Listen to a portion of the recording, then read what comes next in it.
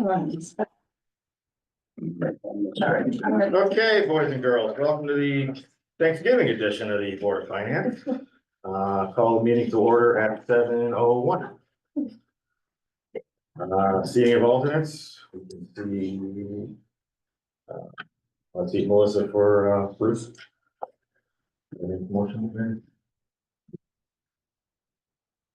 I'll move to see Melissa for Bruce. I'll second it. All those in favor? Aye. Aye. Okay, approval of minutes, October 17th.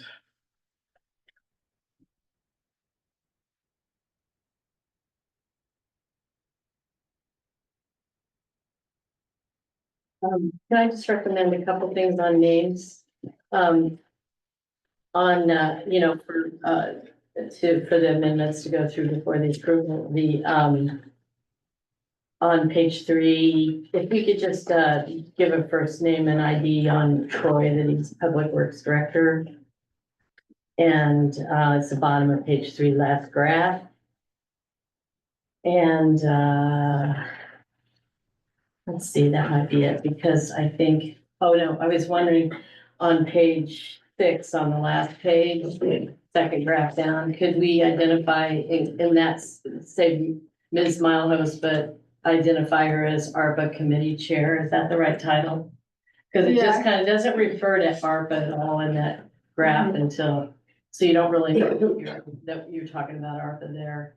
Yeah. Any fix to say that it's ARPA or she's ahead of it or something Yeah. would do. Thanks.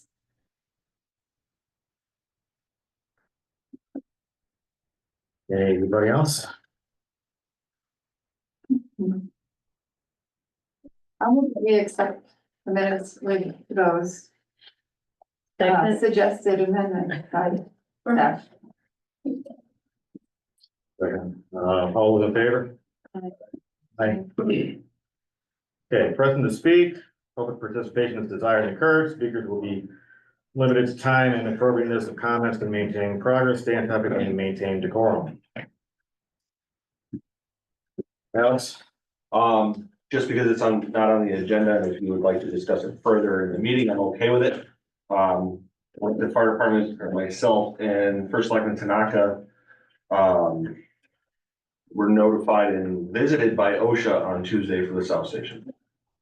For the conditions that are inside the building regarding the ventilation, pretty much the heating system doesn't ventilate, draws air from the bays that heats the system. No proper decon areas, no ventilation system over the stove. But because they came in on an anonymous complaint, they go through everything top to bottom. So we're working with them to get everything that they're requiring. I think they were there almost 6 hours on Tuesday, and they'll be back in the beginning of December. Anything else? If you have any questions, we're more than happy to answer wherever we can during your meeting. What did you say the cited matters were? The ventilation over the stove, but whatever? No proper decontamination area for EMS or fire personnel. Gear, or sorry, not the gear, the equipment. Exhaust system, and the fact that the furnace draws the fresh air for the furnace out of the bays. You have the written OSHA complaints. Yes, Can you share this with us at some point? Sure. We're trying to get an email copy. The one that we have is been used for notes. So, oh, did you? Okay, I'm sorry. Oh, yes, we'll send it.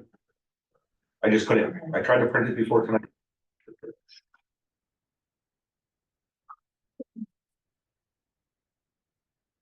Jim Marshall.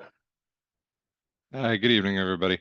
I want to touch basically on 3 quick things. The first, you have emergency services scattered all over your agenda tonight. So I did want to touch base on what's before you, the recommendation for funding of a consultant, which is part of that approval for the emergency services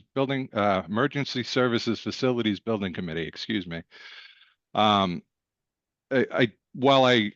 I I'm motivated and I feel, I think that it is a worthy venture. It is definitely the first step in a process to hire a consultant to do a station location study.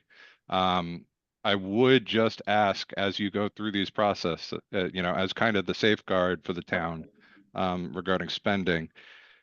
The consultant and the RFP they put out and the responses they got appeared to range in looking at their past meeting minutes anywhere from $30,000 to $90,000 of complete varied scope that may or may not have been vetted or even understood. When I see a range of responses come back that wide, it means the scope was unclear.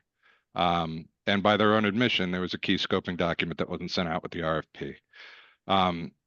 It would alleviate things if there was a sense of plan about what the next steps were, how much additional funding was going to be requested, or what the comprehensive, work plan is of the committee, so that we could understand how much is going to be invested in the town to get from A to B to C. So I just ask this board to be cognizant of that as request comes through and to validate them to the greatest extent possible. The second on the list and third, quite frankly, are two items that are being floated around on the Board of Selectmen, but probably may not have crossed your desk yet. But I just wanted to put a bug in your ear to, again, be kind of a safeguard to the town. The first being a debt limit discussion that's come up in recent meetings is being pursued by certain members of the Board of Selectmen. Reading behind the lines, it's quite clear it's just an effort to block any large scale school project. At least that's my take. And I think that discussion will happen and play itself out over time. But the reality is I worry, I'd hesitate as this request comes before this board in the weeks and months to come. I'd caution you guys to be very careful as to not jump too quickly or understand or risk limiting potential options in the future. Because the reality is the school projects are going to require a significant investment, as are the fire departments. And if we don't have the ability to pull forth a project that will satisfy the need, are we risking things like potential grant funding or reimbursement? Are we risking the ability of our state representatives to go out and pursue opportunities for higher reimbursement and lower costs of the town? So I'd ask you guys to be very cognizant of that, and kind of to tag on to that, a tax leveling policy has also been broached, particularly related to the new battery storage unit that the town honestly had very little say in, but is now asking for crafting of a brand new policy to mitigate that. And while in concept, the notion of regular payments over a longer period of time and knowing what those payments are is noble, the reality is we need funding now. And the unknowns, and it's being spoken about with very little due diligence currently, just researching and throwing out policies by other jurisdictions related to a battery facility. Please be aware, and as this that will also likely come before you, but I'd ask you to please be cognizant of the fact that we have a need for funding now. And as great as that may be, we don't know what's going to happen in 5 years. We don't know whether business is going to up and run. We don't know whether things are going to change on the ground. So I believe this came up in the prior administration as well, and it was pretty roundly discouraged or not favored. I just ask you all to be considerate of that as well. And I'll stop rambling now, but thank you. Peter Latenshiks.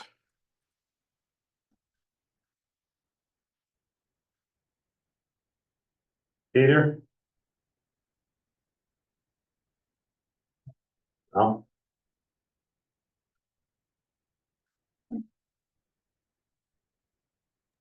You guys asked me to unmute, not Peter. No, You and Jim. You have to go up to the upper one. Up. No, up in Peter's block on the screen. It's behind, it's covered by, Oh, yes. the raised hands. By his name, bottom left of his name. Big Yeah, name. you can X out where it says he raised his hand, and then you'll see the blue behind it. Yeah. Got it. There you Exactly. The Jeep. Peter, can you hear us? Do you want to talk? Yes. I think he's muted. Unmuted. He's muted and I've asked him to unmute. Okay. All right, we gotta move on. We have no old business, moving on to new business. October 2024 financial report. I'm done. Yes, that would be me. So we are 4 months into the year, so that's 1/3 of the year is behind us. And everything's looking good. The investment income is the one line item in the revenue that I was kind of worried about, but we are tracking favorably. We collect 47% of the budget. And we're about 33% through the year, so that's good. The expenditures, there's a couple of items down at the bottom. The debt service, the library bond is coming due in December and June, and then those expenditures will hit the books. And under capital outlays, one of the projects, the security at the town office building is starting to move forward. That's all I have. Any other questions? Comments? I'm sorry, Donna, what did you say about the library? Did I? The bond payments are due in December and June. So you will see those expenditures hit the books in December and then again in June.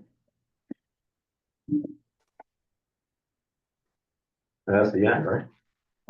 That sounds. 27. Yes. Mike is right, 2027. You're done now. Peter's unmuted now if you want to try again. We'll do it at the end. Okay. Covered. Is that- I just noticed it. All right, moving on, do we have key number 1? Request for new ambulance funding. Alex, one? Thank you. So this has been on the plan since 2021, 2022. Was when it was first approved through the CIP plan, and it's been pushed out every year, pretty much because of COVID. Also with the hope of trying to get the build times down a little bit. Before it was averaging anywhere from around 24 months to build a truck. The goal now is to remount our current truck, so they're gonna take the box off of our ambulance and put it on a new chassis. It's the cheaper way to go, for what we've been able to find to get even to go down to the next size below our truck, was still, the last time we looked at prices, 380 to over 400,000. And they're 36-month timeframes to get them built. If we move forward with this, we're asking 360, so we're 60,000 over what CIP had planned. Which, talking to Don, I believe Fund 17 can handle, because we've been putting the money in there since we paid off the last truck or this truck. Plus we've had an increase into Fund 17 with the second ambulance. The goal would be is if we can get this moved forward, goes to Board of Selectmen, town meeting, whatever, to move through the process.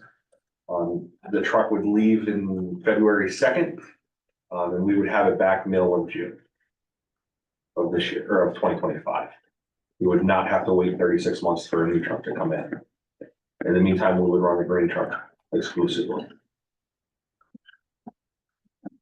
To build a truck like ours now is around 425 to upwards of 450, depending on what you do for equipment inside. Year is the current truck. Is a 2015. Built the end of 2014 on a 15 chassis, so we got it late December of 2014. And this truck's had a hard life. It's had major motor problems. I think we've been back to the Board of Finance 2 or 3 times with this truck regarding the expenses on this thing. They've been extremely high. This ambulance was in an accident right after. We yeah, it was like 6 months after we got it. It was in a pretty significant accident. So it wasn't brand new. They would have totaled it out, but because it was brand new, insurance paid a lot of money to fix it. So, the box is in good shape. They'll sand it down to bare metal, repaint, prime, paint. The truck will come back as brand new. So the new part's the chassis, but Yes, you're refurbing the. refurbing the box. Okay. There's nothing really wrong with our box. Everybody, you know, they've been under it, they've had it up in the air to make sure there's no rust under that box. We've done undercoating on it every 2 years so that it does stay in good condition. And the overall goal was to do this, was to remount it.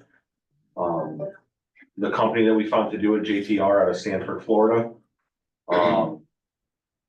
is the only one that we found that can get it done, in a timely fashion.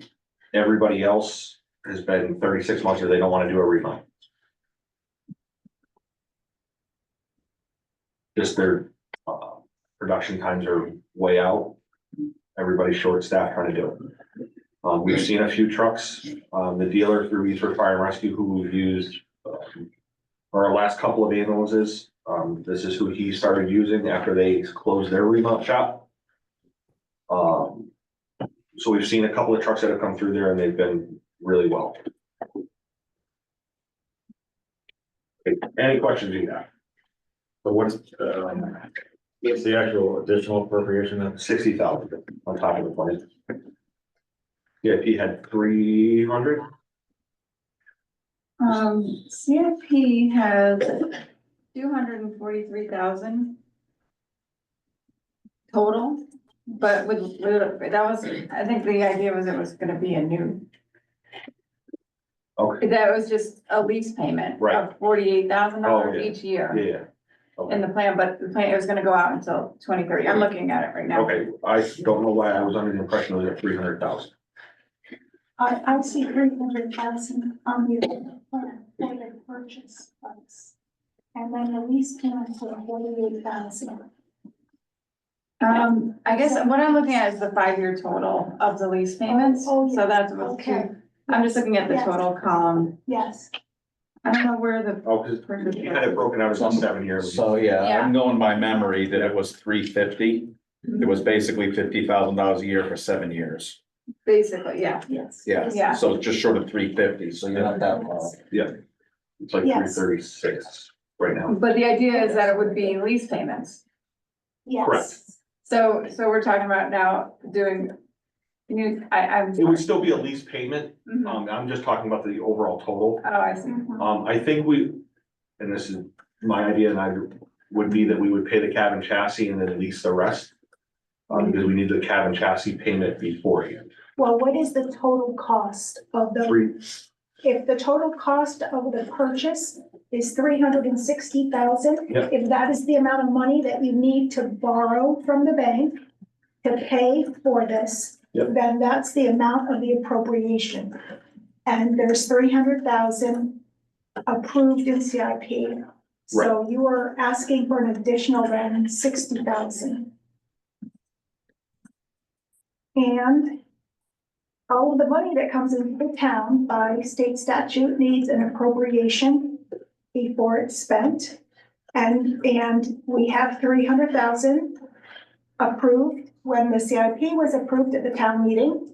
So I think that the next step is to go back to the town meeting and ask for an additional appropriation.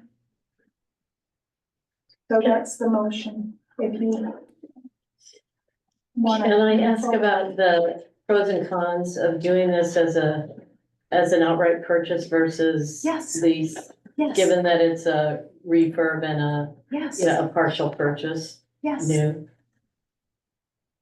Go ahead. I like that idea of just paying for it out of the emergency services reserve and not leasing it.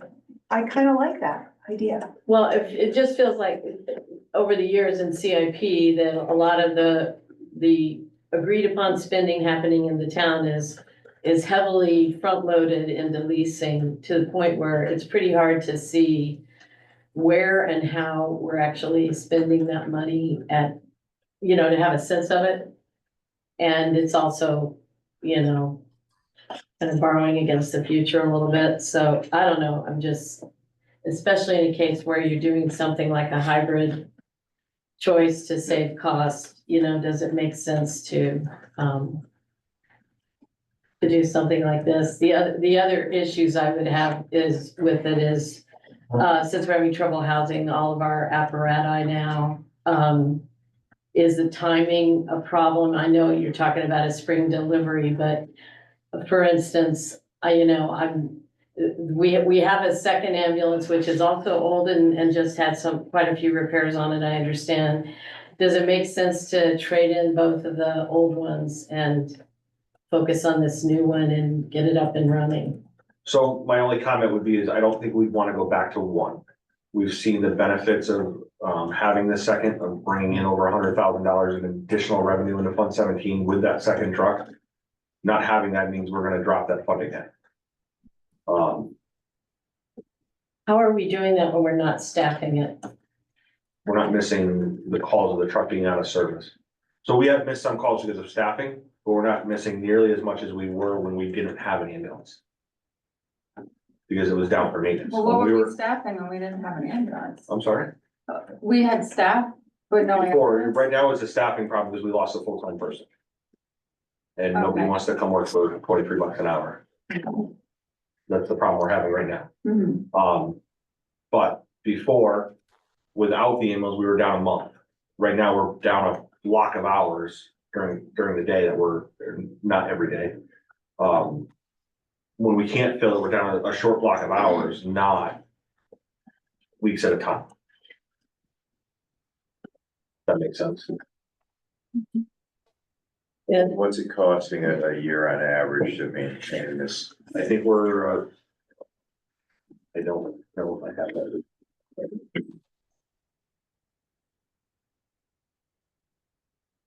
I want to say we're over 15,000 in repairs this year alone on the two ambulances. 8,000 of that, or sorry, 7,000 of that came back because of insurance, because of the fire. Okay, how many miles are on this truck? On the one being replaced is almost 179,000. The other truck that we bought is a used truck through ARPA, is 120,000.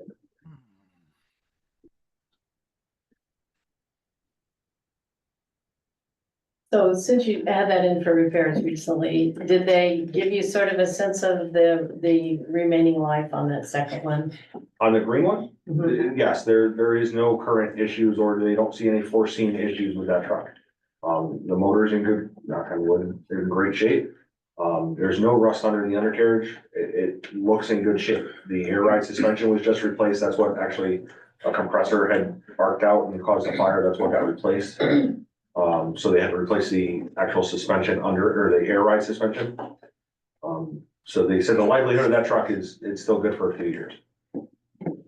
Also, I mean, tied to all this discussion, I'm also concerned about the short-term storage issues we have, because I don't foresee that that's a simple fix. And, we're also in the process of, on another agenda item, talking about an overall study on the needs of the town for emergency services.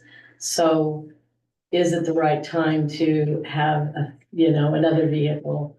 And is the basic thing you're proposing trade in the old one, or there's really no need because you're using that chassis?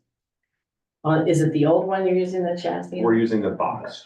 We're not using the chassis. The chassis is going away. I'm sorry, It's gonna be the box the off of. chassis is new, You're the using the box back is side. We're using preferred. the back of it, Okay. and putting it on. So, but given that, is there anything to do with that, or, trade-ins, I don't know. It's gonna, I think they give us $2,000 for the chassis. It's got 170, right now, 179,000 miles. They'll have probably 185 before it goes. They're not gonna give us a whole lot for that chassis. That chassis is tired. My professional opinion, we need to keep the second engine. Whether we're storing it in Stafford, or we're storing it in another town, or storing it here, we need to have that second engine. If one breaks, we're down to nothing. So.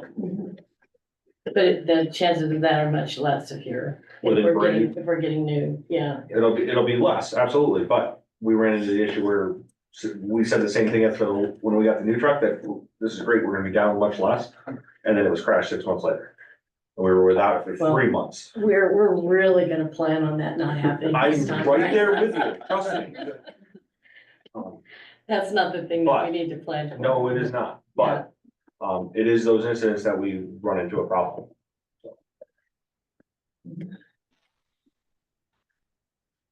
So are these, would that be stored in the building OSHA was just in? Yep. So what do we think OSHA's gonna cost us, like? I have no idea. Comes in, I can't even there'll be project fines, that. there'll be all the repairs that are gonna need to be made. I honestly have no way of projecting that. There's a, Ron Danzig, I'm president, 238 Village Hill Road. I had the pleasure of meeting with OSHA on Tuesday. Well, I've had that pleasure many times. So right now, there's an investigative stage. She's talking to a few of the employees, doing phone interviews. We have a closeout meeting December 2nd. I've got like 4 or 5 documents I have to get to her, that I'll get to her tomorrow. So she overlooked a lot of things, but the biggest issue was she didn't do it indoor air quality. We had a call in the middle of the inspection, so she timed the ambulance going out. She timed the ambulance going back in and filmed it, so. The amount of time a truck is running in the building is minimal. It's minimal. But the biggest issue is no fresh air makeup for the heating furnace. So it sucks the air from inside the building, walks up, recycles it. And that's the big thing. But we truly won't know the outcome until everything's done.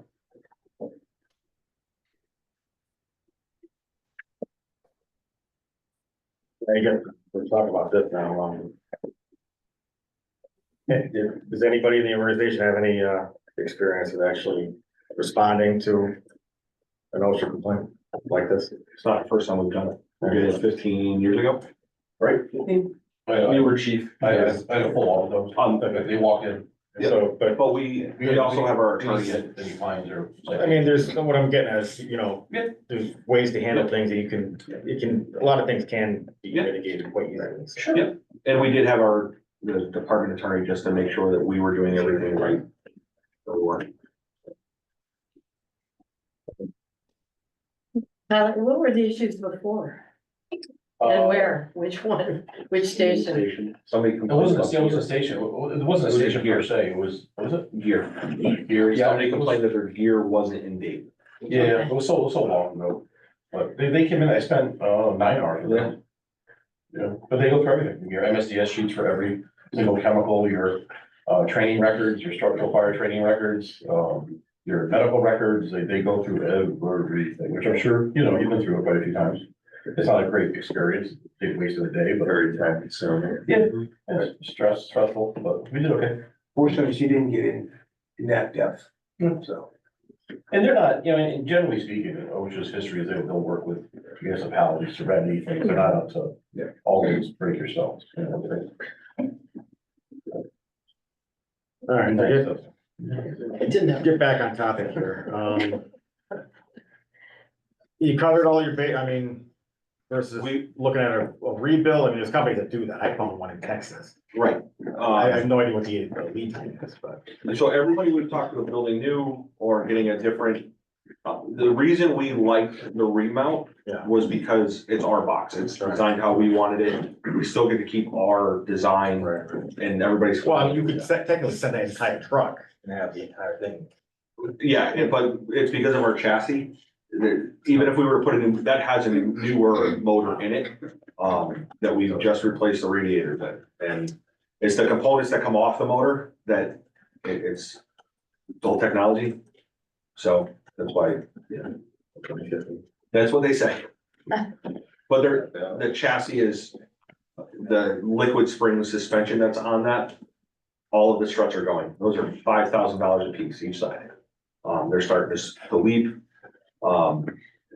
to do that, the lines, it's a major overhaul that we're trying to avoid, not doing the maintenance to repair it with a truck that's got 179,000 miles on it.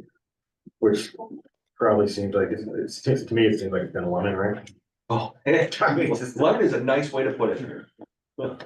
We actually tried to file that truck as a lemon law, but because it was in an accident and it's an emergency vehicle, they won't let you.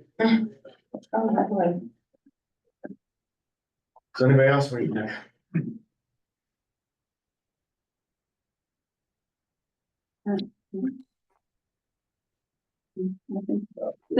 Just to, and the money was in Fund 17, like enough to cover it? To cover the lease payments?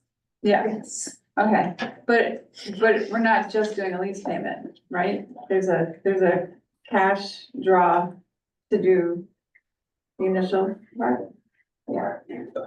And like 60 Our grand. recommendation would be to pay whatever we can out of Fund 17 to lower the lease payment. Mhm. If there's enough cash balance in Fund 17 that's not going to hurt the fund for what is projected or is already coming out of that, we think that lower the lease payment as much as possible and pay cash for whatever we can to try to save some money on lease payments. But that's strictly up to you guys. We don't get a say in that.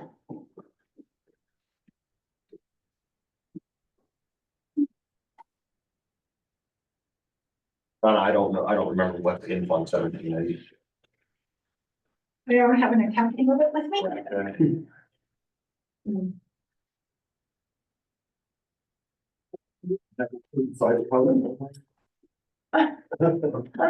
Mr. Chairman, can I offer historical on this?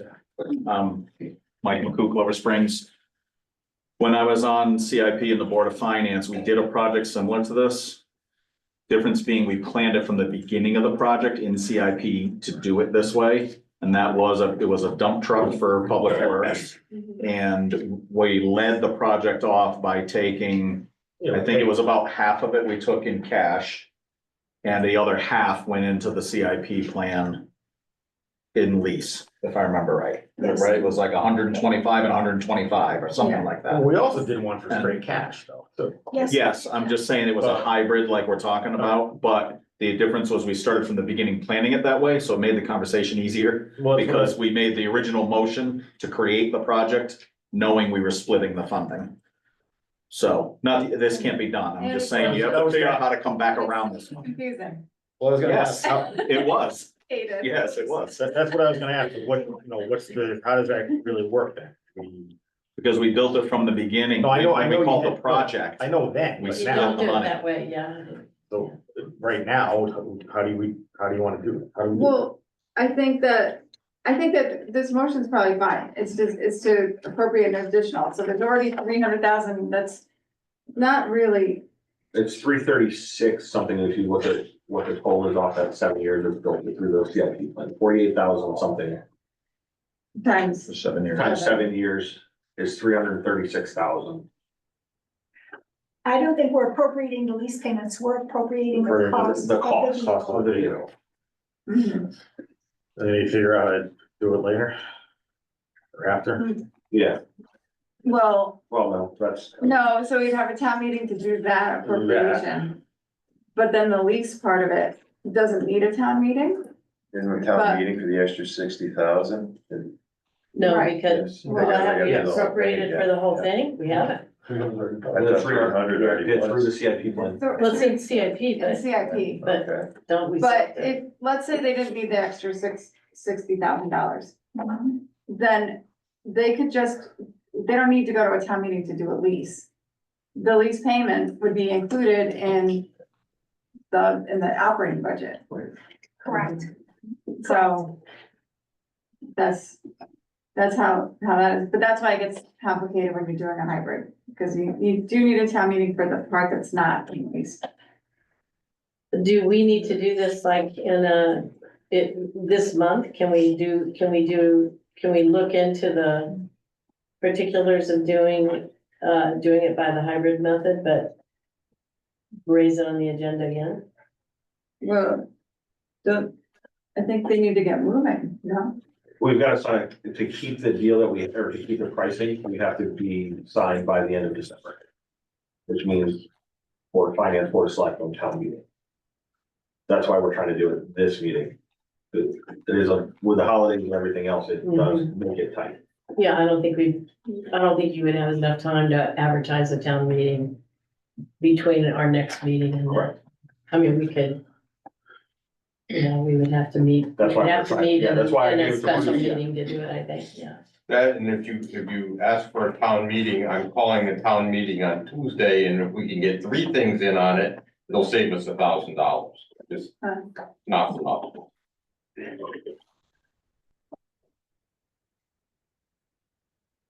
Like, If you have information tonight to know where the 60 would come from, maybe the easiest way would be to have a motion tonight to add the $60,000 to the project, however it has to be worded, and identify the fund that's coming from. Yeah. And just add that 60,000 basically out of cash. Mhm.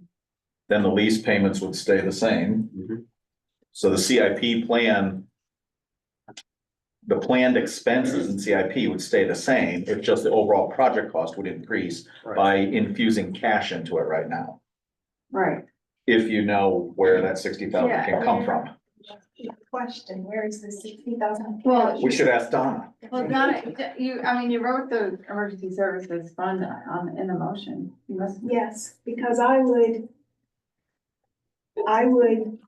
yeah. the so right now in the CIP is an approval to, spend $300,000 to purchase, to lease purchase. And so I would just keep that going and now make it 360,000 to lease purchase. So increase it by 60 to lease purchase. Which is what this says.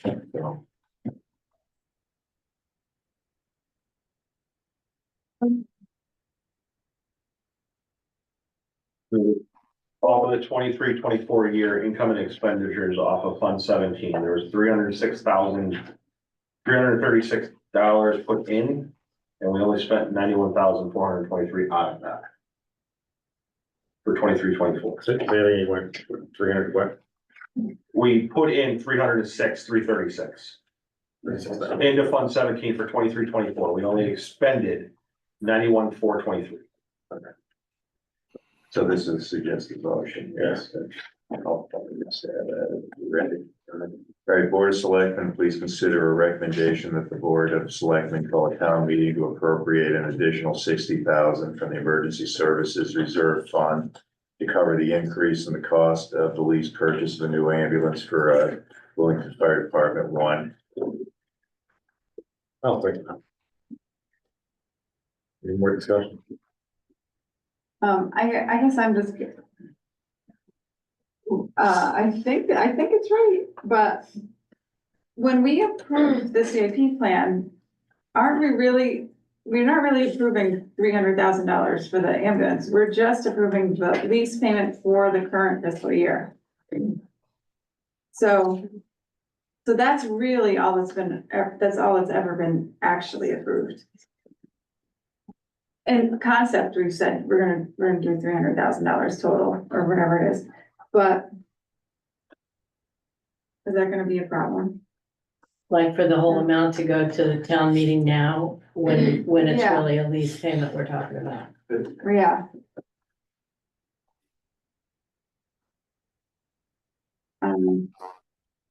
It's just sort of unusual. Is that something? I think that's okay. Because if the leasing company says, we need proof that your administrative board or whatever authorized this $360,000 project, then you have a town meeting to look back and say, Yeah, we knew the project cost increased, we went to the town approved it. yeah. And now that allows you to sign the lease, Mhm. because they usually Yes. do look for that, right? Yes, Mike is right. The attorney is going to write an opinion letter and they are gonna look for that documentation Mhm. that the taxpayers Okay. approved. To approve purchasing something for $360,000, entire and we're gonna Entire borrow. project cost. Yeah, because we're asking to borrow $360,000. Yes. Okay, right, and that, Any vote? All those in favor? Aye. Aye. Okay, Thank you. okay, number 3, ESFBC.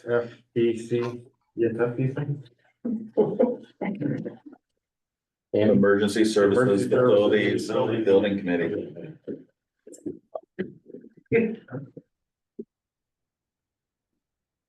Andy Marco, you're on. What's, I don't even know, I don't have the agenda in front of me, what's on? No, you were asking for a request for funding of a consultant. Yes, we're asking for $40,000 to award to Fitch and Associates for a, they call it a fire station location study, but it's a very comprehensive deep dive into emergency services. We had 5 consultants that responded, and the committee felt that Fitch was the best candidate. To Jim Marshall's comment, when you heard the public, was the same scope given to each one? We had an Companies RFP that and they bid, was it- responded, I think they responded appropriately and each consultant had, different views. They covered the overarching categories that they were going to look into were mostly similar. Fitch and Associates seem to identify, this is, from memory, Fitch and Associates seem to grasp Wellington's needs the most effectively. There are people from the committee that can speak more eloquently on that. I'm not that familiar with fire station location studies, so a lot of what they're offering was brand new information to me. Certainly, any of the professional emergency services people here can probably give you more details on why Fitch stood out. Anybody want to? So Mike McCoo on that committee. All the members of our committee had the 5 packets to review. The 5 packets were generated by an RFP that was sent out. All of these consultants had the same RFP. There was also a scoping document that in error did not get sent out, but it did not get sent to anyone. So all of the respondents were responding to the same information, the RFP. They didn't have the detail of the scoping document, but there was a lot of scope in the RFP. They all responded clearly understanding our project. They responded with the correct type of work. There were variations in each of the 5 proposals, as there always are. And what I found most interesting about when we met as a committee to review the proposals was every single member of the committee had independently come to that meeting feeling this was the best proposal before we started discussion. So by some strange miracle of public committees, everyone agreed before they even got in the room. And then after we discussed it, everyone still agreed. So it was unanimous that Fitch was the best proposal. And it did, as the chairman said, seem to more carefully capture what we were asking for. Some people clearly did not read the RFP in detail because they didn't respond in certain ways that were very clear in the RFP. So they obviously didn't understand it or didn't read it properly, and their proposal showed that. So they didn't score as well. But they were all working from the same information, and Fitch did a good job. And I think Fitch is also doing other work in the area. Is that correct? They're doing work for the town of Tallinn, similar work.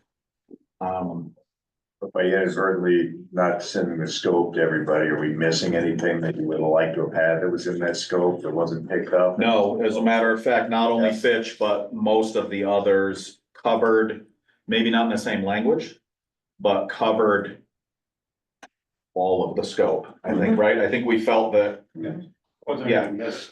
we would have loved to have the detail of some of the things in the scoping document, but they covered everything, and we're not gonna be short on anything that was in the scoping document. So comments I'd like to add too. I'm Ralph Tulish, I'm also on the committee. Just for the record. most people know who I am, I guess, but For the record. for the record, yes. Fitch was the only one that recognized we have two independent fire departments. That was a bonus, I think, in my mind. Despite it being very clear in the RFP, they were the only ones that picked up on that very clear information. Correct. And the other thing was, it is a fixed price fee. Okay. Some of the other consultants, it was kind of a Chinese You menu. could throw an ad in there. And travel expenses to come out and meet with us, Fitch has that all in one, under one price, one fixed price. And it's really 39,990 something, I don't know exactly. 39,995. How did their proposal compare to say the lowest to the highest? Were they in the middle? Were they? They're pretty much about in the middle. I do have some notes to answer that question. The lowest proposal was 31,300. And most of us unanimously rated that second. And part of the reason being that, they did not recognize some important details like the two fire departments. They didn't recognize that there was an emergency services building committee. All of their presentation in their packet was talking about meeting with town agencies that was very generic. It was like a proposal they used for another town and they just put our name on it. And it was thinner. It was just thinner work. It was not as, and they also requirement of the RFP was that they submit their project team and they did not submit a project team. So no resumes, no experience or background for the project team. So for the difference from 31,323 to 39, whatever it was, 39,995 was it. We got a very good plan, a well thought out and well presented plan, a capable team because we knew who the team was. And a clear understanding of Wellington, the complexity of the two fire departments, which is, I think, was something we've wrestled with always and forever. Thank you for interested people and also for, for people in the citizenry who want to know kind of what we're doing. Could that be somewhere where folks could actually read it? Absolutely. We weren't going to post anything until it was approved. Right, but I meant, Sure. I didn't know if you had an ability to do that. I don't, I believe documentation. we have a site now on the town page. We have a link to, there's a link to, Because we do. there's a link to what we do. And, yes, it could be posted and, Great, great. that people could look at it. And I'd like to talk more about it, particularly at the town meeting. I think the opportunity to explain this to the town Yeah, that's a people good idea. would be great, but I didn't want to do it prematurely. And does everyone feel like this is, now that you've been through the process and heard from these consultants, do you feel like the information you're gonna get back is gonna be helpful in this process? Sure. Yeah, I believe it will. yeah. I know there was a little hesitancy in the beginning. I'm glad you asked that way. I was gonna say something a little more cynical. No, not you, Jim. Well, looking at some of the other proposals, there was no action taken on that. I think this is different because, I think this committee is a little more action oriented. I think there's some great support from the Board of Selectmen office and the Board of Finance that when decisions are made, perhaps we can actually move forward with them. We've had other proposals and they had things to do and for whatever reason, it wasn't acted upon in its entirety. I think this is a little bit different and that would be my take on it. That we're definitely gonna parse this out and hopefully what they have aligns with what we can do. That's, to me, that's the biggest X factor. So there is a pot of money for expertise for this committee to use? Is that where this money dwells to be appropriated from? Is that what 4054 is? Yeah, the reserve fund, it was $200,000 in the CIP plan. Right. So this would be from that pot. Well, I would move to please for the that the Board of Finance asked the Board of Selectmen call a town meeting to appropriate 40,000 from the reserve fund to account 04.4054 for the purpose of contracting with Fitch Associates for a location study for the Emergency Services Facilities Building Committee. Second. Colorful. What'd you say? Colorful. Any other discussion? When are you gonna post that on the link? I'm sorry, When will you post that on that link?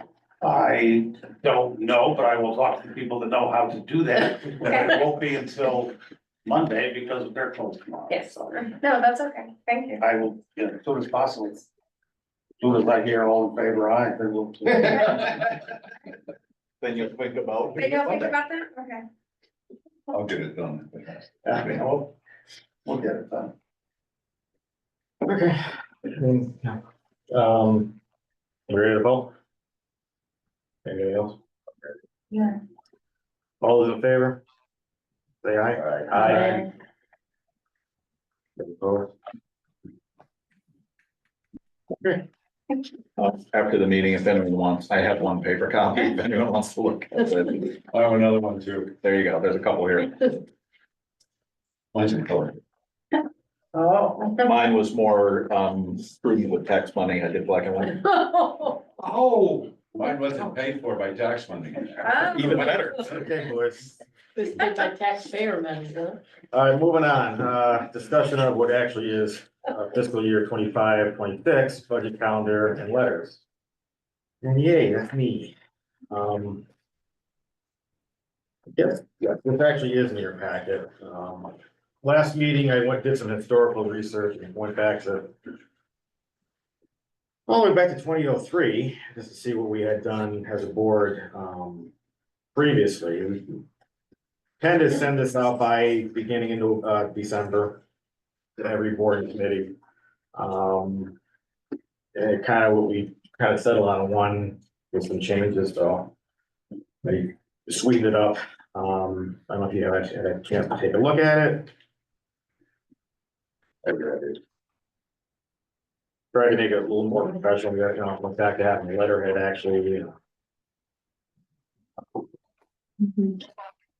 versus just saying, yeah, we gotta, do our usual infinite amount of, wants with the very finite amount of capital. But this will go out to every, board, agency, committee, along with the calendar, which we'll talk about in a minute. And hopefully, try to get a better jump on, the process.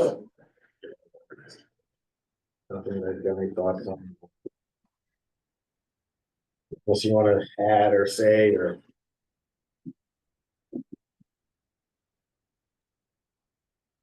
I think it's good that it's one page and is pretty simple and straightforward. I'm wondering about if people understand, if the budgeters understand the concept of zero-based budgeting.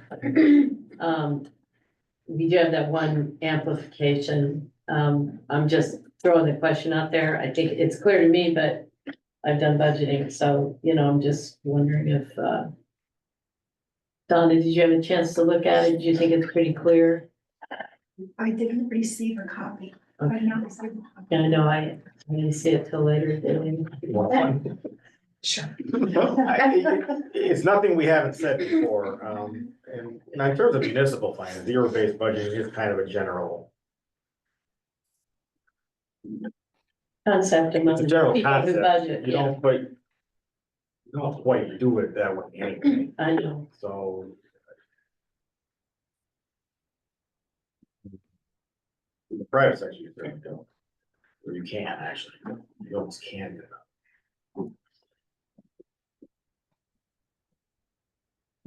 That's one of the things I try to keep to one page also. Make something concise, and also say like, yeah, hey, we're decent people and work with us and. Well, that's The other thing is on the calendar, and Donna was nice enough to kind of help me with the. I did bring a copy of what I was doing, I'm not gonna show it to you, because there's too many scribbles on it, but. With the end all being, we're, bottom line, I think referendum, is the statute is. To post it, not less than 7 or not more than 14 days after the town meeting, so that's kind of what. What do you think about how long does that go, where do you end up on the calendar? Right. That was a packet. Yeah, Yeah. but It is not- I started doing this and I was going too far out. And then- The thing that's missing, Jeff, that I thought we were gonna look at tonight is actual dates on this calendar, on this year's calendar. Okay, because it's hard to, I mean, I think this group needs to So, make sure of its availability and the time frame. But as far as your specific suggestion about combining the two quicker presentations into one night, so we're not spreading it over the first 2 weeks when time is short, that's definitely wise. I think we did it this year, okay, didn't we? we did, we can. yeah. This hasn't gone up, so. No, I'm just saying, you know, in that the concept is good, but it's really hard to talk about. Well, here, take without this. dates. Okay, Just ignore the very bottom because those dates are gonna be. And.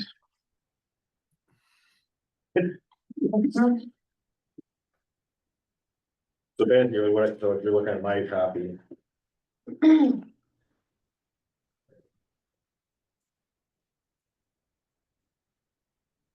Yeah.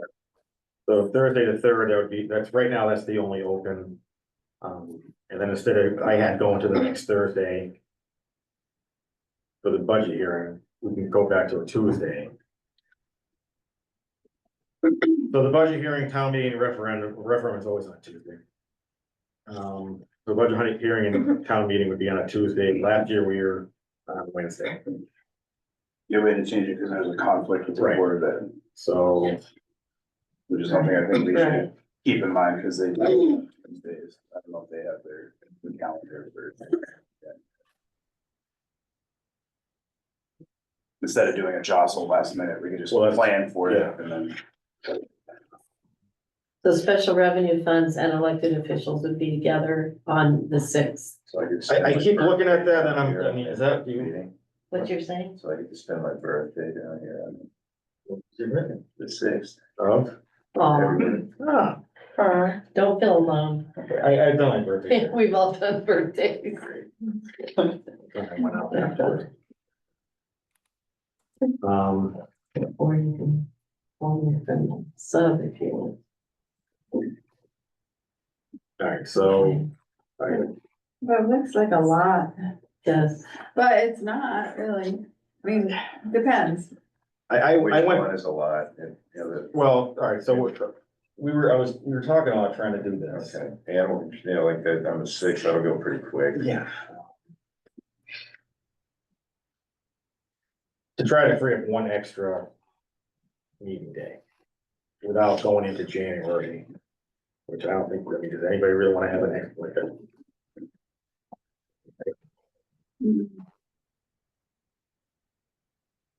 Animal control is gonna go quick, Parks and Rec. Generally is pretty, easy, family services. Library board's a conversation. Probate is nothing. That's a pass through, basically. Registrar is quick, you're quick, treasurer. The whole group for the 20th is pretty quick. Yeah, it looks like a lot. but It they looks like a all lot, go- but you sail through those. Right, well, that's right, that's why you always keep the. Or or on the 2 quick ones, we put. That was another suggestion on the, So we don't need to right with that, we just have a brief discussion first on the 6th. Before we get into special revenues of where we kind of think we want to go. Then go into it. It feels like the thing that's cut short is kind of the discussion part. I mean, we have that with the orienting to Right. the capital improvement plan, which takes a little bit of time. And then the rest, the partial time for discussions, and then appropriations are the next, if we hold to this. I think it is a reminder that it would be great to tie up that fast, but that April 3rd is pretty much something that you need to lock into your calendar and be ready for, because the last few years it's gone. Right, and then I seem to remember having 2 open days. Donna, you confirmed that, right? Seem to remember. Yeah. So that would do, combine those 2, we can see how it goes. We can always, if we don't get through it, we can always table stuff. Yeah, it's still a Yeah, better so- use of time maybe for that. All right. Yeah. Let's do that. And then we'll check with the Board of Ed. Yes, I can see the conflict. April 8th is the second Tuesday, and that is a Board of Ed meeting night. So then the budget hearing could be Wednesday, the 9th. And then the annual town meeting could be Tuesday or Wednesday. Okay. Okay, is Wednesday just better because Because it's Wednesday and Wednesday. Wednesday. I think it's better, Wednesday and Wednesday. So just recap what you've decided. I'm sorry, are we talking the budget hearing Yeah. would be on, you said the 9th and it's here as the 17th? I'm confused. We're moving it up a week too and putting it on. Right, you are confused because I'm looking at something different. Oh, Oh, yeah, oh, God, oh, good. Oh, yeah, that old trick. Give them a handout. It's all wrong. That's all, well, I told you it was wrong when I gave it to you. So the one Donna gave me that started this whole conversation was, she had it Tuesday the 8th, we're gonna push it to Wednesday the 9th for the budget. Okay, instead of April 17th. Yes, Is that right? Okay. but that was don't even say that, because that was just me trying to do that fine. Okay. And then the annual town meeting will be on Wednesday, the 24th. 23rd is April 23rd is a Wednesday. Oh, she had, well, she crossed that. I think she's giving me a bunch of. Why got that? Look at that. See, I'm gonna read that. Cheating. And would the referendum be moved up or still be on the 13th? Is that Sixth. The 6th. the 6th? Okay. Doesn't the referendum have to coincide with the Region 19 referendum? I was just gonna Yes. point out Region 19. Yes. Yes, and that is the day after the Region 19 district meeting, and the Region 19 district meeting is always the first Monday or Tuesday in May. So the district meeting will be Monday, May 5th, and the 3-town referendum will be the day following, which is Tuesday, May 6th. Okay. We're gonna fix that.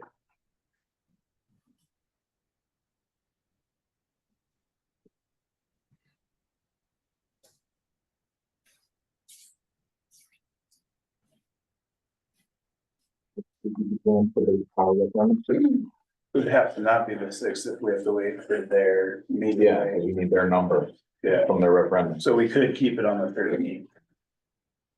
That's too far out. You can't keep it on 13. This is too far from the hearing. No, because the district meeting is Monday, May 5th. Right. The referendum is the 6th. And the referendum has to be On the by same day. statute on the day following the District 19 meeting. Yeah. The day following the district meeting is Tuesday the 6th.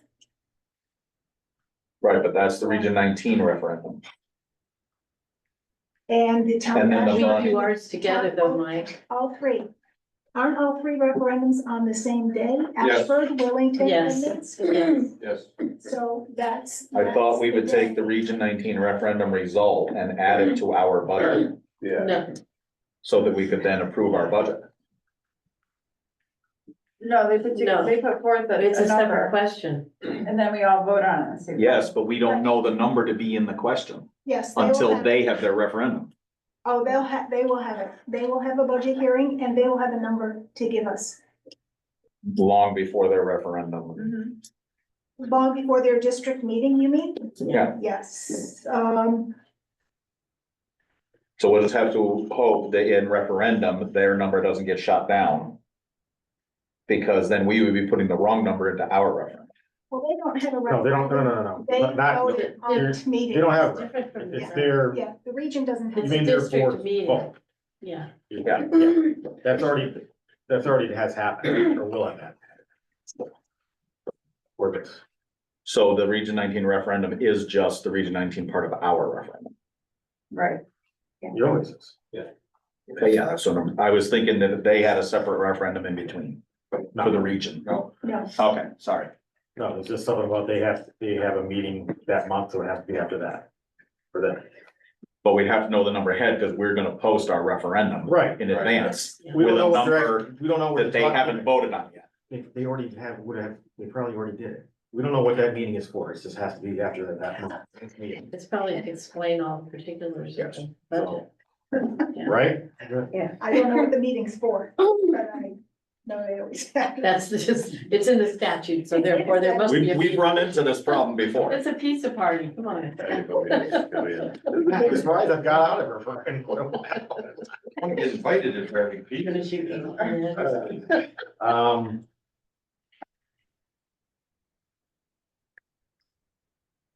Oh. Okay.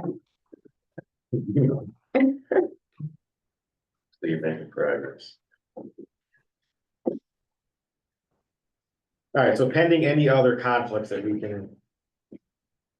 This is pretty much, yeah, we will investigate any other potential conflicts, if there are any.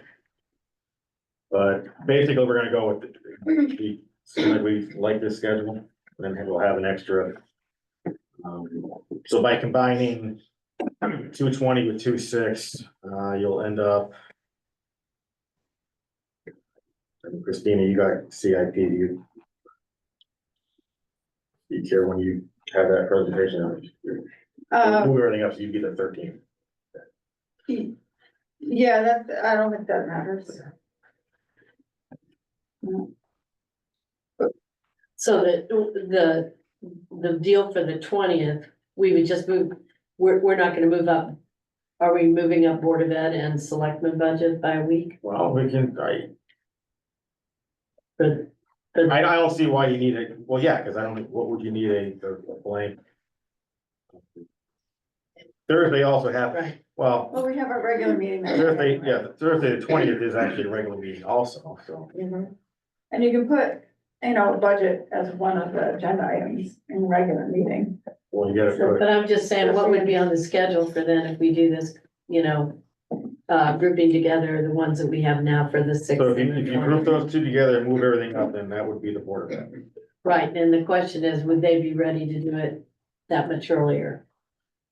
And would the selectmen be able to do it, the end of February instead of the 1st of March? Because that's been the hitching point in the past. Those two big departments being ready with everything they've got to do and that they're collecting. That's why the budget process is as late as it is my understanding. That's the only question there, and we don't want to waste that time either on the 20th if we can.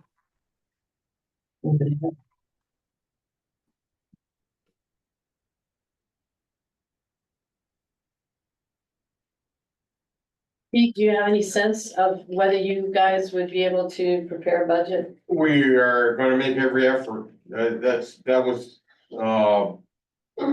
something that had been brought up way earlier. People suggested it. You wanna have- Present on February To 27th present instead earlier, of so March 6th. we are going to attempt to do that, yes. Okay, That we're gonna start talking next week. How about this? We combine these all in the calendar, so 20th goes on to the 6th, all those.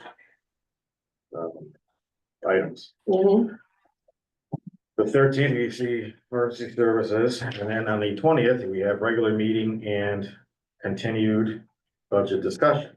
Whatever we need to talk about or have not gotten to. On the 6th and the 13th, on that agenda, we'll put on it at that time. Or maybe at that meeting. If we have the table, we'll go on to that. Like part of what we wanna know early is not just the details, but just the top, what's the increase for the big budgets? So maybe at that meeting on the 20th, we could know, oh, it's looking like a 3% increase this year, or, oh my God, it's a 6% increase. Just to like prepare us. Right. I don't know, so maybe we get some preliminary stuff. You mean to have the bottom line from the big budgets, even though they're not presenting until another week? Yeah, because they will have been meeting amongst themselves and they will have an idea. And it's not, we're not asking for detailed presentations, but just to like, just so we know, because that informs what's gonna happen with the CIP committee and all those other things that are all happening concurrently, but it's, and it will get people interested too, start paying attention, because that's the other problem is people don't pay attention to the very last minute. When I know, when they hear, and so if we know early, then maybe the people will pay attention. Or Or not. I'm just thinking if they're not finished with the work on their budget, how are they gonna know? They can estimate, they can say, we think it's going to be this.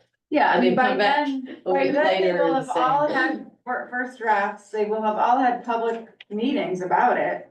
They'll know, oh, our first version, yeah, it came in high. But we're working on it.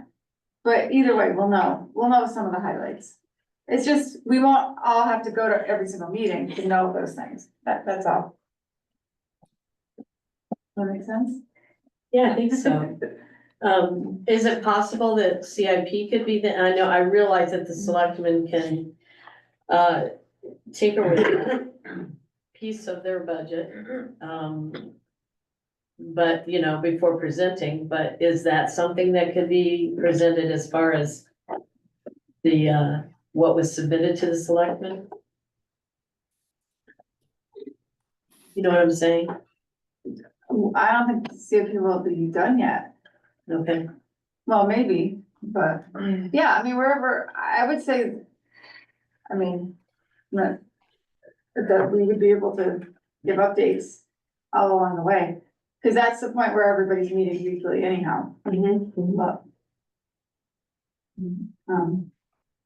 I think we're gonna see how it's all. I mean, we're gonna be here on the 20th anyway, so we could reserve the right, if they're ready, we could add whatever to the 20th. Right. Here's what we're gonna do. Yeah. Throw some easy ones on the 6th. That will free up a little more time on the 20th. We're gonna be talking about it anyway. You can always add. Anything that gets tabled is gonna get tabled. So that's fine for the run agenda.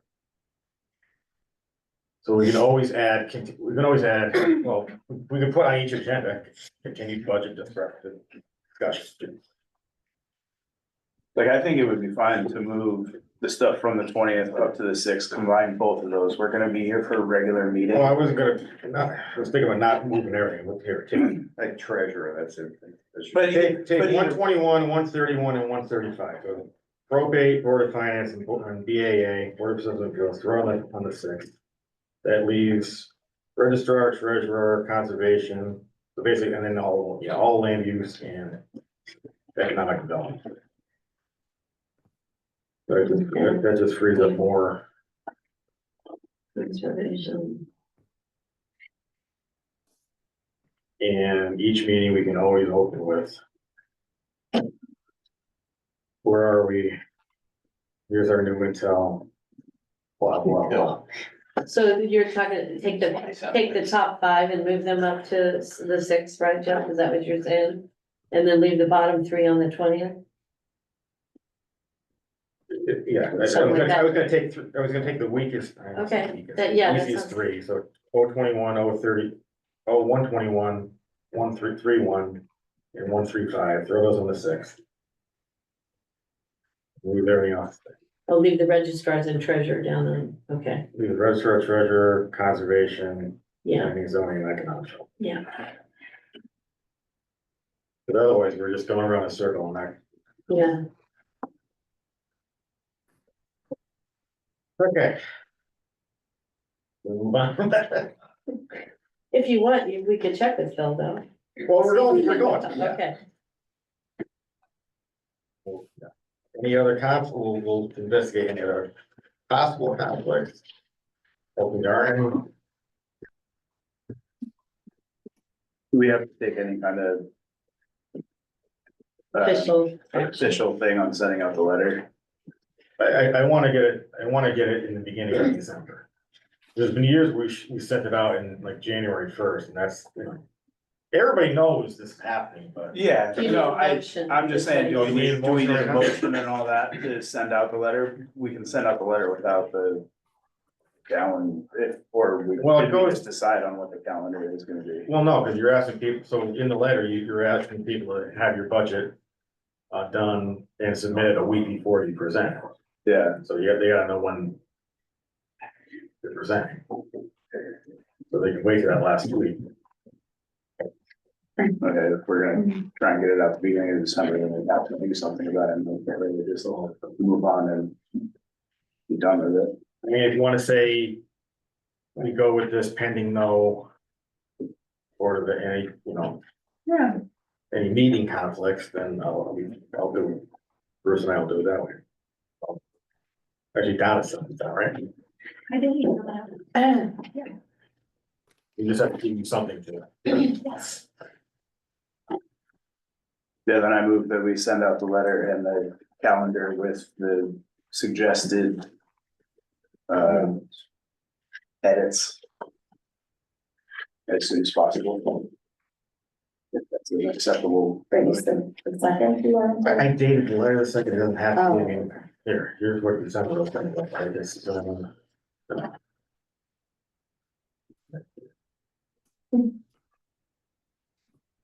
I'll second that. There used to be a calendar I'm here. kind of confused, but okay. So we wanna send that letter out pending the edits. December 2nd, Monday. Right. How about a week of the second? The week of the second? Yes. I Yeah. have to say it all again. No. The only legal requirement is that the calendar for the Right. calendar year goes out by the 31st. Oh, It has to be out before the first of the new year, I believe. okay. That's the legal requirement. Everything else is just what you want to do or say. All right.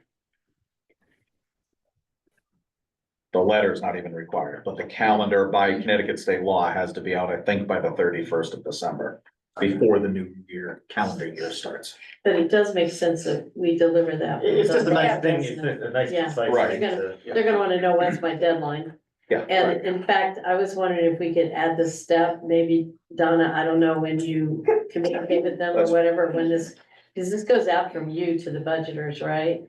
If you could just give them a date, not make them do the math and say, your submission needs to be to the Board of Finance by to you.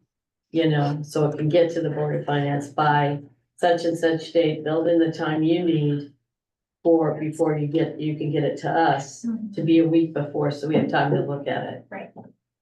You know, cause that's what we've kind of been missing in the past, and we get stuff 3 days before presentation, day of sometimes. And I think people need a real date as a deadline.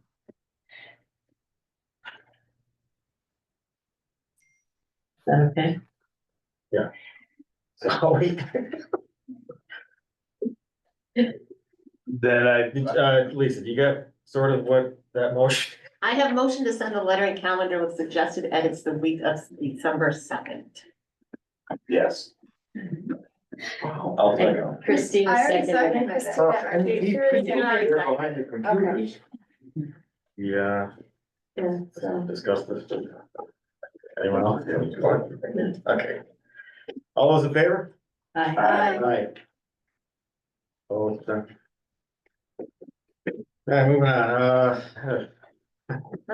discuss WFD #1 financial reports, it's ream of paper we have in front of us.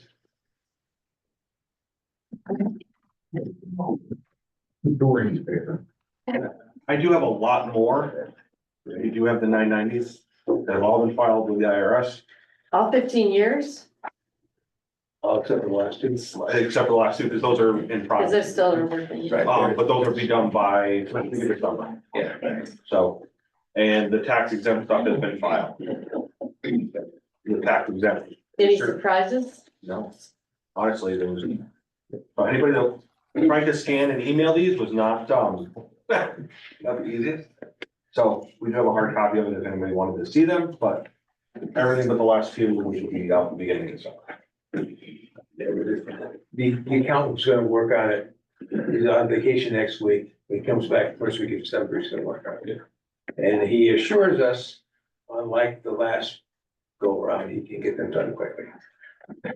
One of the things I was wondering from looking at, one of the first sheets was you, under accounting, you guys don't have any cost spent. You don't have any spending. They told us as soon as they're done with everything, then they're gonna give us the One big fat bill. big. That'll take them a year to put together. No, I'm just kidding. Well, let's hope not. Which budget year should we put it in? No. But that's gonna come off of private account now. Yeah, right. So I'll just interject, I appreciate all the work it takes to do this, and I appreciate that you can, give it to us, and it is available. I'm not gonna, I'm not being, but it's here, and we know that, you never get the value of a, if this was a department of the town. Same thing with any other independent, entity, library, cemetery, you guys. After we ever have a police for a second. But there has to be, we can't just say, yeah, willy-nilly, you do whatever you want. So there has to be able to, I wish the library had. I would like to thank Donna and Tish for the work that they put in to do the town side of it. They did do a lot of work to get that stuff done. I do appreciate it. The library has shown us their off budget accounts. There's some gray areas there for a long time. We always find more. Yeah, but it's, Yeah, for the last few years, I don't know. anybody, any other thoughts on this? Appreciate it this year. Well, I wish I had to kill a bunch of trees, trenches, everything.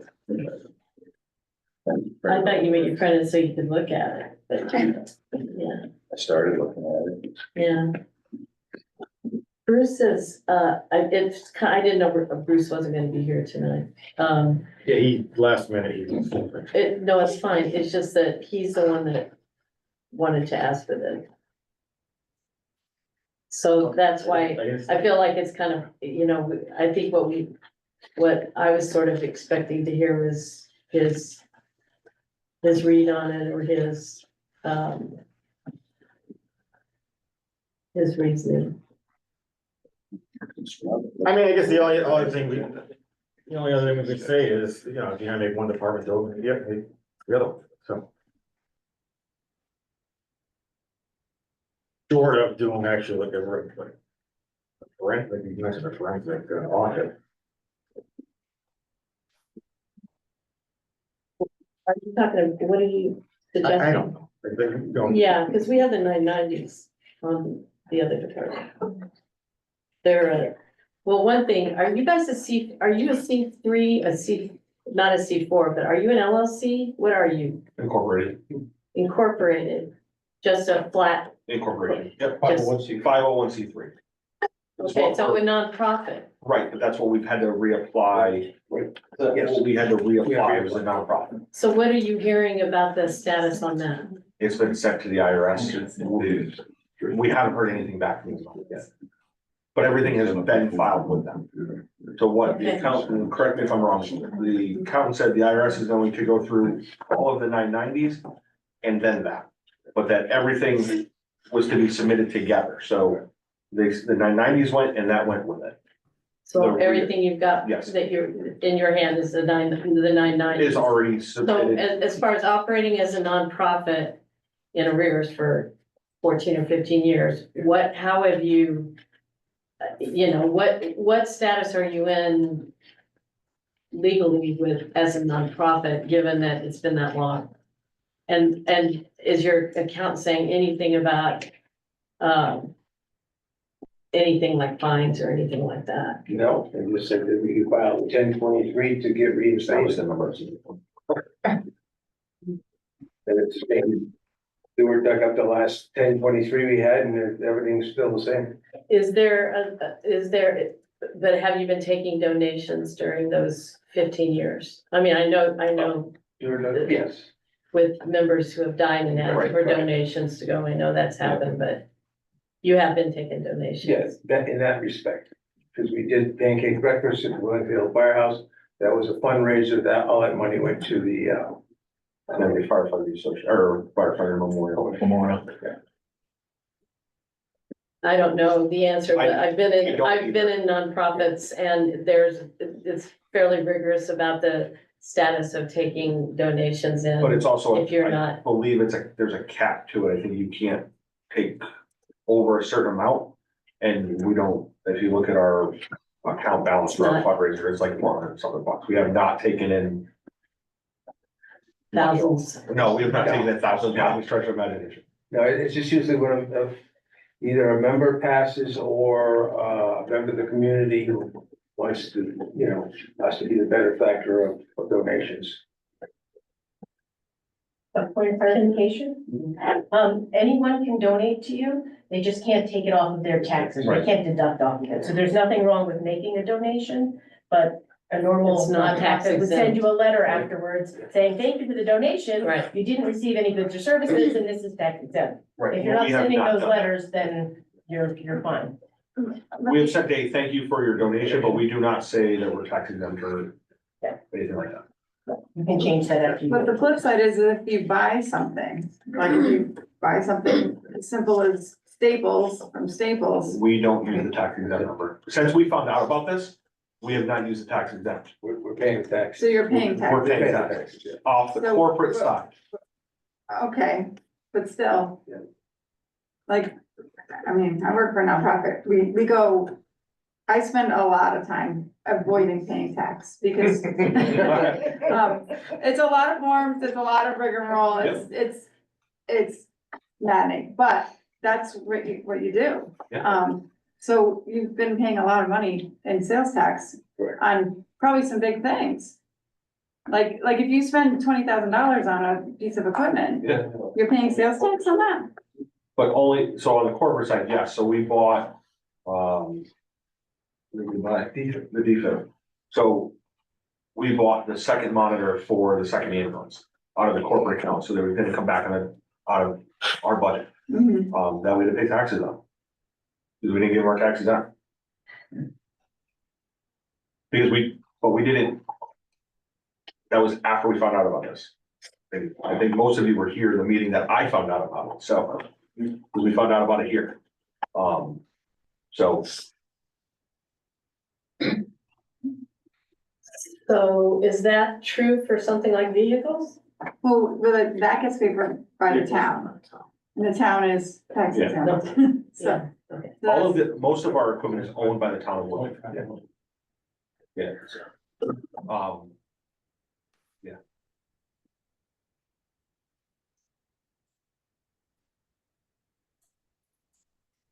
So ask the chairman, what other organization were you referring to? Were you referring to Wellington Hill or? You're gonna do one fire department, well. And that's what I was asking for clarification on It's that. kind of a tongue in So- cheek thing, so if you, but. All right, that's why I want to ask for This all- clarification. This all came to be because of your thing, the IRS. No, I brought it up originally, I know. but Bruce was the one. And then that Bruce bring took up. it, so, okay, then. Show us. Well, it's It's been been a brought up discussion 5 in- years ago. in- I know that, but so, okay. It's not. So, me. Mr. Chairman, if I can just get back to the point, Yes. I just wanted to address your question. The Wellington Hill Fire Department, you don't have to ask for this stuff. The Wellington Hill Fire Department has filed them all the years. And so they're on they're on the IRS website. Okay. So Well, you don't know. I just didn't want the implication in No. the recording of this meeting, I get- that we're not asking the Wellington Hill Fire Department for that. It's filed, it's on the IRS website. Right. It's all there. This is another instance where you don't know what I'm actually looking at here either. What? I'm not talking about their filing, this is their actual like books that they gave us. Yes, which if that's what you're asking for, then ask for it and That's what I got. Wellington Fire Department has provided those documents in the past. Okay. And will gladly. That was all, we're not trying to, pay for one over the other. Right. I just didn't want the implication that we were not up to date. We are. Okay, good. We're good. And I think you were home, were you? No. Okay, I didn't think so. No, but I want the implication. That didn't come out as eloquently as it should have. It was colorful. It's the new word of the day.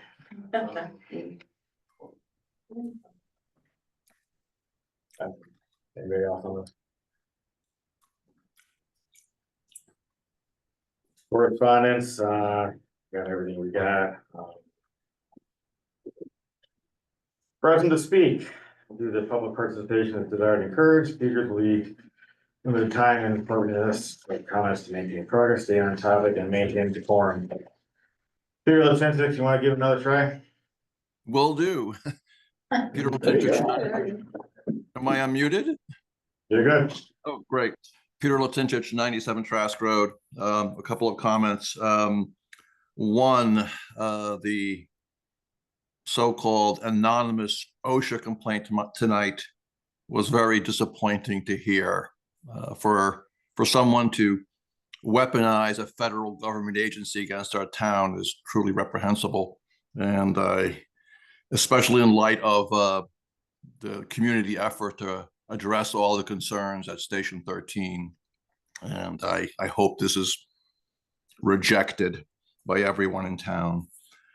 With respect to the debt limit, your earlier topic tonight, I want to comment that this is not some sort of outside scheme, but actually recommended by fiscal authorities for good financial practices, as well as by the state of Connecticut. Most towns have this sort of policy that follows the state guidelines that we should not exceed 8 to 10% of our budget for capital projects. And I urge the Board of Finance to move in that direction. With respect to the ambulance discussion, I want to comment that I'm concerned about what appears to be a growing fleet of ambulances in our potential CIP budget. The town has historically and wisely, by Board of Finance policy, funded a single ambulance that comes from Fund 17. And then we purchased a second ambulance recently with ARPA funds, despite recommendations that that money be used for only one-time purchases. So I strongly recommend the Board of Finance not include that second ambulance in our capital replacement schedule, and we stick to our past practice. Lastly, I want to thank the Board of Finance tonight for allowing more time in the budget schedule for townspeople to participate. We have a highly energized electorate, as we've all seen recently, and we want them to participate. Thank you very much. Anybody else? Anybody else online? Anybody else in the room? There we go. Another hand up. Was there another hand? No, that's not. Oh, that's. It's a cursor hand. All right, good and welfare. Yeah, I should have mentioned this in the beginning. So Bruce called me pretty, late in the afternoon, not feeling well, so hope he feels better. Hopefully I didn't make too much of the this is all okay. I'm pretty burned out, if you haven't noticed. Motion to adjourn, unless anybody has any good motion. To adjourn the meeting. All those in favor? Aye. Aye. Thanks. Great job, Jeffrey. For a few hours warning, very well done. For a few hours. You sound like me these Yeah. days. Oh, yeah.